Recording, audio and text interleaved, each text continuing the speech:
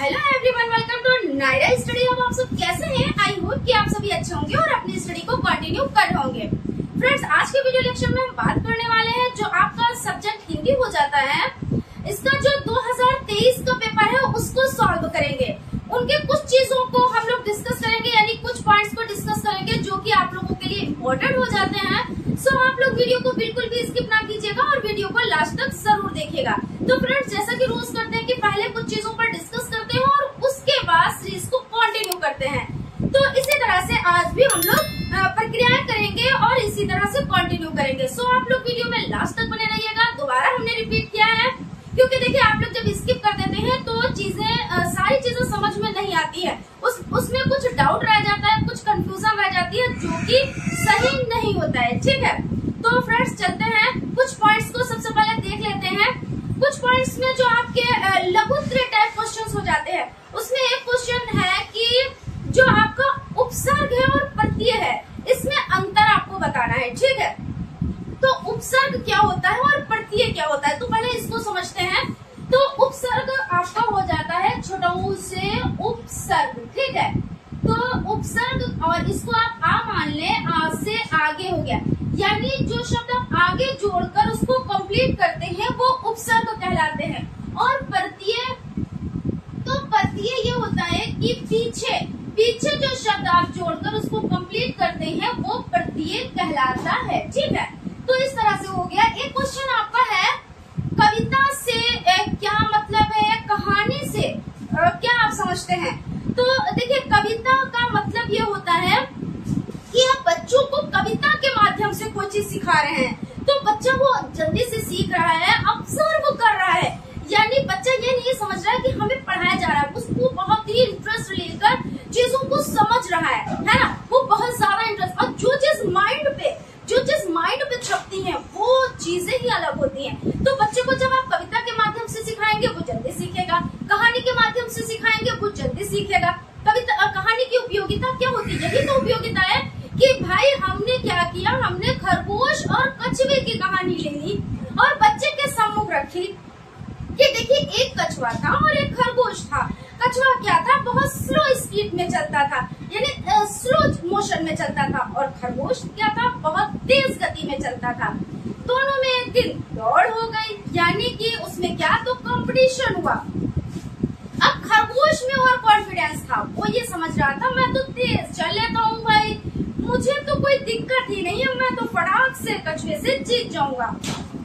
लेकिन कछुआ ये सोच रहा था कि मैं तो, मेरी स्पीड धीरे धीरे है,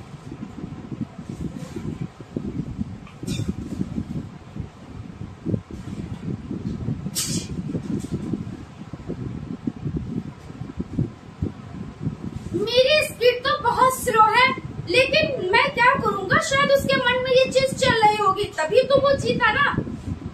तो उसने क्या सोचा कि मुझे कंटिन्यूटी बना के रखनी है, मुझे कंटिन्यू चलना ही चलना है। क्या हुआ, जब रेस स्टार्ट हुई, खरगोश ने सोचा थोड़ी दूर चलने के बाद कि भाई मैं थोड़ा सा रेस्ट कर लेता हूँ, थोड़ा सा आराम कर लेता हूँ। एक पेड़ पड़ा, वहां पे वो उसके नीचे लेट गया और रेस्ट करने लगा। अब खरगोश तो रेस्ट करने लगा, वो समझ रहा है मुझे क्या, मैं तो छलांग लगाऊंगा और पहुंच जाऊंगा, अपनी जगह पे पहुंच जाऊंगा और मैं जीत जाऊंगा।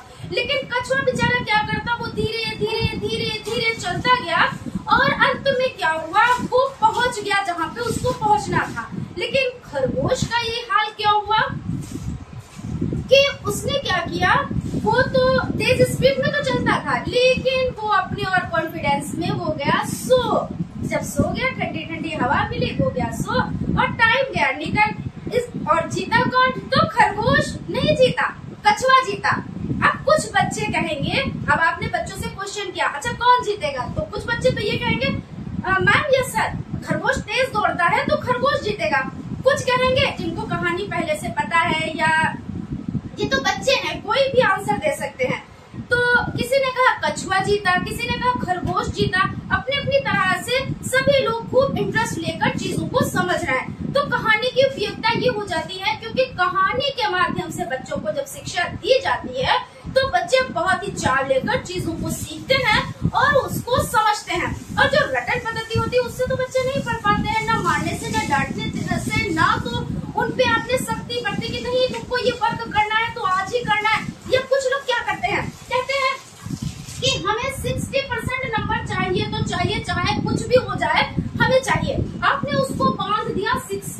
90% से। हो सकता है उसमें वो क्षमता हो जो 90% अब वो ला सकता हो नंबर, लेकिन आपने क्या किया, उसको बांध दिया, जो कि गलत है। हमें बच्चे को क्या करना है, जो उसके चिंतन है, जो उसकी तर्क शक्ति है, उसको देखना है वो कहाँ तक सीख पा रहा है, कैसे सीख पा रहा है, और जितना अच्छा वो चिंतन कर पाएगा, जितनी अच्छी वो क्या कर पाएगा, जितनी तर्क शक्ति ज्यादा कर पाएगा, उतना ही बच्चा ज्यादा सीख पाएगा। ऐसा नहीं है कि बच्चे को बिठा दिया, वो रट रहा है और वो उसका मन किसी और चीज में लगा है, लेकिन आपने क्या किया, उसको बिठा दिया। अब क्या गारंटी है भाई, क्या गारंटी है कि बच्चा पढ़ ही रहा है? बुक तो खोले बैठा है, वो नोटबुक खोले बैठा है, लेकिन गारंटी क्या है कि उसका जो मन है, जो उसका माइंड है, वो बुक में है? जरूरी नहीं होता है। तो इसलिए जब भी बच्चे को सिखाएं तो क्रिएटिविटी करके, बच्चा क्रिएटिव है, एक्टिव है, यानी पैसिव नहीं है, निष्क्रिय नहीं है, वो सक्रिय होकर सीख रहा है। तो हालांकि यहाँ पे इतना आप लोगों के लिए काफी है। तो यहाँ पे क्वेश्चन था कि जो कहानी है उसकी उपयोगिता बतानी, ठीक है, तो आपका ये क्वेश्चन हो जाता है। और एक क्वेश्चन है कि 15 अगस्त या मतलब कोई राष्ट्रीय पर्व के बारे में बताए, तो आप 15 अगस्त के बारे में बता सकते हैं, 26 जनवरी के बारे में बता सकते हैं, 2 अक्टूबर के बारे में बता सकते हैं। उसके बारे में आप अपने विचार प्रकट कर सकते हैं, यानी अपने विचार आप लिख सकते हैं। और इसमें ये नहीं होता है कि खुली अभिव्यक्ति नहीं होती भाई, खुली अभिव्यक्ति होती है। आप अच्छे अच्छे मोती जैसे अक्षरों में आप लिखें और अच्छे से नंबर आप प्रोवाइड करें, हाँ, अच्छे से नंबर आप प्राप्त करें, तो ये चीज हो जाती है। और भी कई क्वेश्चंस हैं, जैसे आपका हो जाता है गद्य और पद्य। तो गद्य और पद्य क्या होता है, जैसे हम आपको कहानी हमने अभी आपको एक सुनाई खरगोश और कछुए की, तो हमने कोई ले में चीजों को नहीं बताया, हमने क्या बताया, एक सीरियल वाइज चीजों को बताते चले गए कि 2 कैरेक्टर थे, 2 कैरेक्टर में ऐसा ऐसा हुआ, उनमें क्या हुआ, एक दिन हो गया कि भाई रेस करते हैं, तो हमने बता दिया, हमने कोई ले नहीं की। लेकिन जब पद पढ़ते हैं तो उसमें लय होता है। अब गद्य में क्या होता है भाई, गद्य में ये होता है जब भी हम कोई वर्ड को कंप्लीट करेंगे, कोई भी सेंटेंस को कंप्लीट करेंगे, जैसे मान लीजिए खरगोश और कछुआ था, तो था के बाद यहाँ पे हमने लिख दिया, उसके बाद था, तो यहाँ पे हम क्या करेंगे, पूर्ण विराम लगाएंगे, है ना।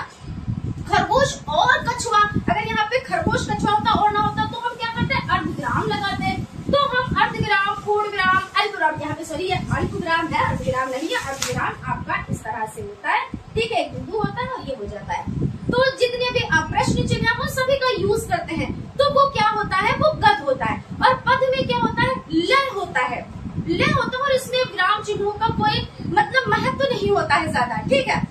तो ये गद्य और पद में आप अंतर कर सकते हैं।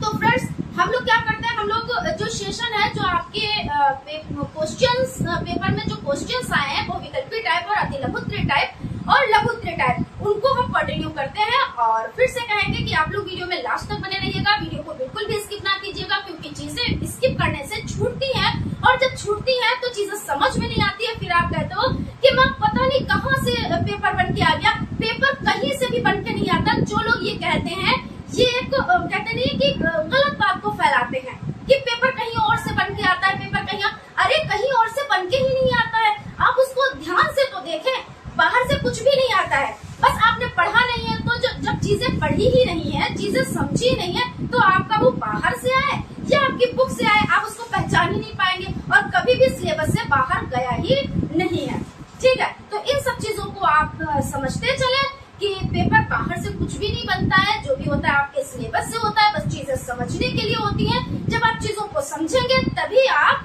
चीजों को अच्छे से कर पाएंगे। तो फ्रेंड्स चलते हैं, हम लोग क्वेश्चन पेपर को सॉल्व करते हैं। वात्सल रस के सम्राट कहे जाते हैं तो तुलसीदास, सूरदास, रहीमदास, कबीरदास। तो इसमें जो वात्सल रस के सम्राट हैं तो वो हो जाते हैं सूरदास जी, यानी कि ऑप्शन आपका राइट हो जाता है। अंधे की लकड़ी मुहावरे का अर्थ है तो स्वार्थी, एकमात्र सहारा, विनाश्रम के फल प्राप्ति, इच्छा पूर्ण करना। तो देखिए बहुत ही आसान है, अंधे की लकड़ी होना यानी एकमात्र सहारा होना, यानी कि ऑप्शन आपका राइट हो जाता है।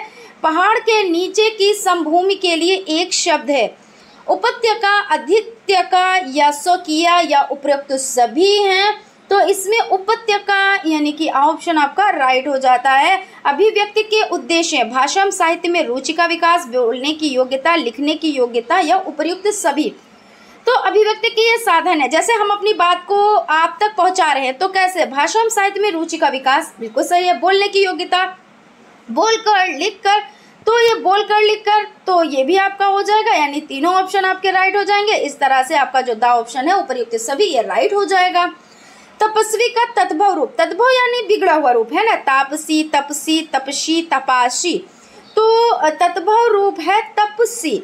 तो यहाँ पे आपके जो वस्तुनिष्ठ टाइप क्वेश्चंस है वो कंप्लीट हो चुके हैं। चलते हैं अति लघु उत्तरीय टाइप क्वेश्चंस की तरफ। आप लोग लाइक और सब्सक्राइब करते रहे, क्योंकि सब्सक्राइब तो आपको एक ही बार करना रहता है और लाइक तो आप लोग बिना कहे ही कर देते हैं। क्वेश्चन है, आधुनिक मीरा किसे कहा जाता है? तो आधुनिक मीरा महादेवी वर्मा को कहा जाता है। आप लोग यहाँ पे देख सकते हैं, आधुनिक मीरा किसे कहा जाता है? तो महादेवी वर्मा जी को। तुलसीदास जी का जन्म कब हुआ था? तो तुलसीदास जी के जन्म के बारे में कई डेट्स आपको देखने को मिल सकती हैं, हर बुक्स में हर जगह पे अलग अलग लिखे हुए हैं, लेकिन फिर भी हम यहाँ पे आपको बताते हैं कि 1532 ईस्वी, और संवत का मतलब होता है 57 वर्ष आगे ये चलता है, तो इसमें 57 वर्ष जोड़ दीजिए तो 1589 हो जाता है। रचना की दृष्टि से शब्द के भेद बताएं, तो रचना की दृष्टि से शब्द के भेद 3 है। कौन कौन से हैं? यौगिक शब्द, रूढ़ शब्द, योग रूढ़ शब्द हो जाते हैं।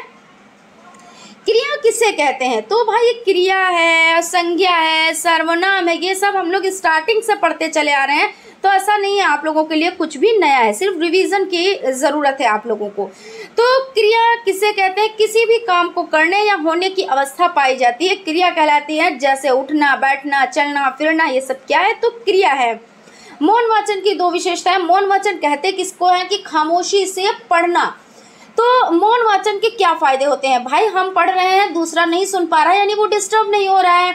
दूसरी बात, जितने अक्षर हम जो सस्वर वाचन है पढ़ सकते हैं, उससे ज़्यादा हम मौन वाचन में पढ़ सकते हैं, है ना। और तो यहाँ पे हम लोग देख लेते हैं, मौन वाचन से चीज़ें ज़्यादा समझ में आती हैं, प्लस आसपास के लोग परेशान भी नहीं होते हैं, डिस्टर्ब भी नहीं होते हैं, है ना। और इसमें फ़ायदे पूछा गया तो इसलिए बताई है विशेषताएं, और इसमें कमियां भी होती हैं भाई। धीरे धीरे पढ़ेंगे, खामोशी से पढ़ेंगे तो सामने वाला हमारी बात को नहीं समझेगा। हम गलत भी पढ़ रहे हैं तब भी हम पढ़ते जा रहे हैं, सही पढ़ रहे हैं तब तो ठीक ही है। तो खैर यहाँ पे हानियाँ नहीं पूछी हैं, विशेषताएं पूछी हैं, तो हमने विशेषताएं आपको बता दी। लोकोक्ति की 2 विशेषताएं बताई हैं, तो हास्य और मनोरंजन का साधन होती हैं, और लोकोक्ति समाज की सही मार्गदर्शन दिखाने के लिए होती हैं। ठीक है, तो यहाँ पे आप लोगों के जो अति लघु उत्तरीय टाइप क्वेश्चंस हैं 6 to 11 वो कंप्लीट हो चुके हैं। चलते हैं लघु उत्तरीय टाइप क्वेश्चंस हम देख लेते हैं। पहले यहाँ पे क्वेश्चंस आपको दिखा देते हैं। गद्य एवं पद्य में अंतर स्पष्ट कीजिए। वाक्य किसे कहते हैं? उनके प्रकार। किसी एक राष्ट्रीय पर्व पर अपने शब्दों में स्वतंत्र अभिव्यक्ति प्रस्तुत कीजिए, ये क्वेश्चन है आपका। प्रत्येक उपसर्ग में अंतर स्पष्ट करते हुए उदाहरण सहित समझाएं। कहानी शिक्षण की उपयोगिता पर संक्षिप्त प्रकाश डालिए। लोकोक्तियों मुहावरे में उदाहरण सहित अंतर स्पष्ट कीजिए। अभिव्यक्ति के साधनों का वर्णन कीजिए। अब आप कहेंगे मैम आपने क्वेश्चन बता दिए, आंसर कहाँ पे है? हमने क्वेश्चन इसलिए दिखा दिए जिसमें आपको विश्वास हो, और विश्वास होना बहुत ही ज्यादा जरूरी होता है। ये आपका जो 2023 का पेपर है इसके लघु उत्तरीय टाइप क्वेश्चन है, ठीक है। हालांकि देखिए हम हैंड राइटिंग नोट्स भी लेकर आए हैं, लेकिन आपका जो पेपर है उसको भी हम इस तरह से लेकर आए हैं जिसमें आप देखें, और जो विश्वास होता है वो बहुत बड़ी चीज़ होता है। तो यहाँ पे क्वेश्चन है, सबसे पहला जो क्वेश्चन आपका हो जाता है उसको देख लेते हैं। सबसे पहला क्वेश्चन है, गद्य और पद्य में अंतर स्पष्ट कीजिए।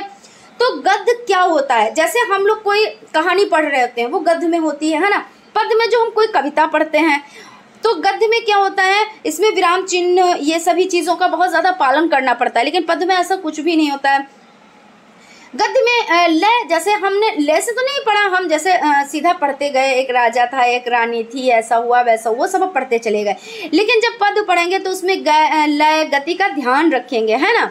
गद्य में छंद का कोई उपयोग नहीं होता, और पद्य की रचना छंदबद्ध अथवा छंदयुक्त होती है। तो यहाँ पे हम देख लेते हैं, गद्य के वाक्यों में विराम इत्यादि के नियमों का पालन किया जाता है। पद्य में इन नियमों का कोई बंधन नहीं होता है। गद्य में लय की कोई भूमिका नहीं होती है। पद्य में गति एवं लय की विशेष भूमिका होती है। गद्य में छंद का कोई उपयोग नहीं है। पद्य की रचना छंदबद्ध अथवा छंदयुक्त होती है। नेक्स्ट क्वेश्चन की तरफ चलते हैं। वाक्य के कितने भेद होते हैं? तो वाक्य या ऐसे आप देख ले, मिश्रित शब्द को उदाहरण सहित समझाएं। क्वेश्चन कुछ भी हो, आंसर तो आपको यही लिखना है। तो वाक्य प्रमुख रूप से 3 प्रकार का होता है। कौन कौन से? सरल वाक्य, मिश्रित वाक्य और संयुक्त वाक्य। सरल वाक्य किसी वाक्य में केवल एक विषय अथवा एक उद्देश्य हो, वो क्या कहलाता है? तो वो सरल वाक्य कहलाता है। जैसा रेखा पुस्तक पढ़ती है, मोहित घर जाता है, ये सब हो जाता है। ठीक है, एक ही है। तो मिश्रित वाक्य वो वाक्य होते हैं जिसमें प्रधान वाक्यांश समान हो तथा एक से अधिक उपवाक्य शामिल हो। जैसे तुम्हें जल्दी स्कूल जाना चाहिए ताकि तुम्हारा पहला घंटा न छूटे। और संयुक्त वाक्य में क्या होता है? जुड़ाव होता है किसी चीज से। किससे जुड़ाव होता है देख लेते हैं। संयुक्त वाक्य वो है जिसमें एक से अधिक उपवाक्य हो और उपवाक्य लेकिन, किंतु, परंतु। देखिए कहाँ से जुड़ा हुआ है? लेकिन, किंतु, परंतु और वे, यद्यपि, तथापि आदि से जुड़ा हो।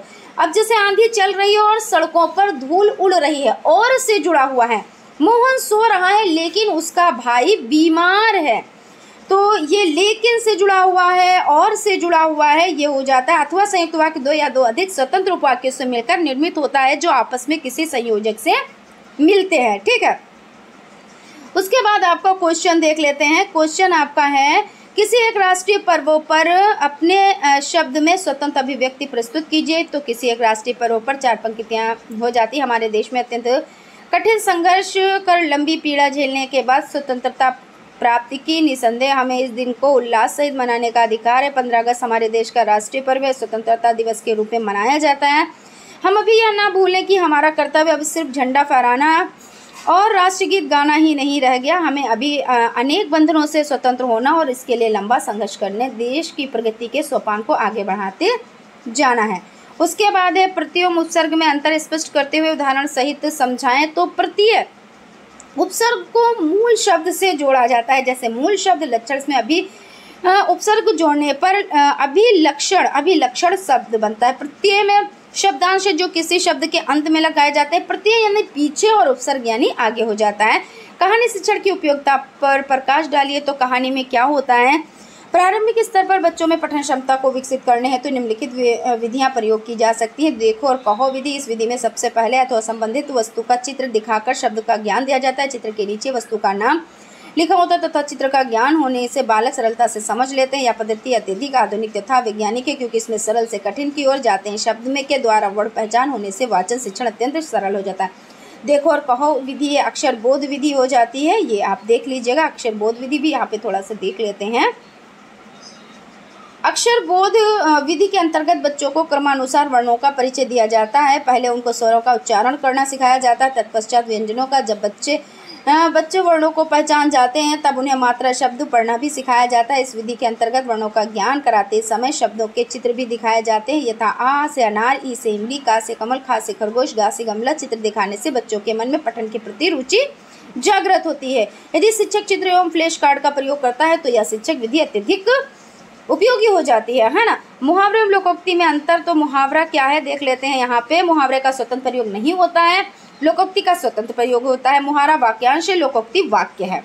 मुहावरे लाक्षणिक कार्य देने के लिए प्रयुक्त होते हैं। लोकोक्ति का प्रयोग प्रायः अप्रस्तुत व्यंजनों के लिए होता है। मुहावरा फल से संबंध नहीं रखता है, लोकोक्ति फल से संबंध रखती है। वाक्य में प्रयोग किए जाते हैं। जैसे अंधे की लकड़ी, यह अपने में पूर्ण होता है। जैसे मन के हारे हार है और मन के जीते जीत हो जाती है। अभिव्यक्ति के साधनों का वर्णन कीजिए। अभिव्यक्ति के 2 साधन हैं। कौन कौन से हो जाते हैं? मौखिक अभिव्यक्ति और लिखित अभिव्यक्ति। इसमें क्या होता है? मौखिक में हम आपसे चीजों को बता रहे हैं, बोलकर बता रहे हैं, और लिखित में हम लिखकर आपको बता रहे हैं, है ना। फिर भी हम यहाँ पे देख लेते हैं। मौखिक अभिव्यक्ति भाषा के माध्यम से बोलने के द्वारा की जाती है, किंतु इसमें आंगिक मुद्राओं का भी विशेष योगदान होता है। लिखित अभिव्यक्ति लिपि के माध्यम से की जाती है। जिस प्रकार मौखिक अभिव्यक्ति के कथन, भंगिमा और इसकी प्रभावशीलता में वृद्धि होती है, ठीक उसी प्रकार लिखित अभिव्यक्ति में लेखन शैली प्रभाव उत्पन्न करने में विशेष भूमिका का निर्वाह करती है। ठीक है, तो यहाँ पर आप लोगों का जो 2023 का पेपर है वो सॉल्व हो चुका है। आई होप आप लोगों को पेपर को सॉल्व करके अच्छा लगा होगा और चीज़ें समझ में आई होंगी। अगर कहीं पे कोई डाउट है, कोई कंफ्यूजन है तो आप लोग क्लियर कर सकते हैं। कैसे? तो कमेंट करके। तो फ्रेंड्स मिलते हैं नेक्स्ट क्लास में। Thank you.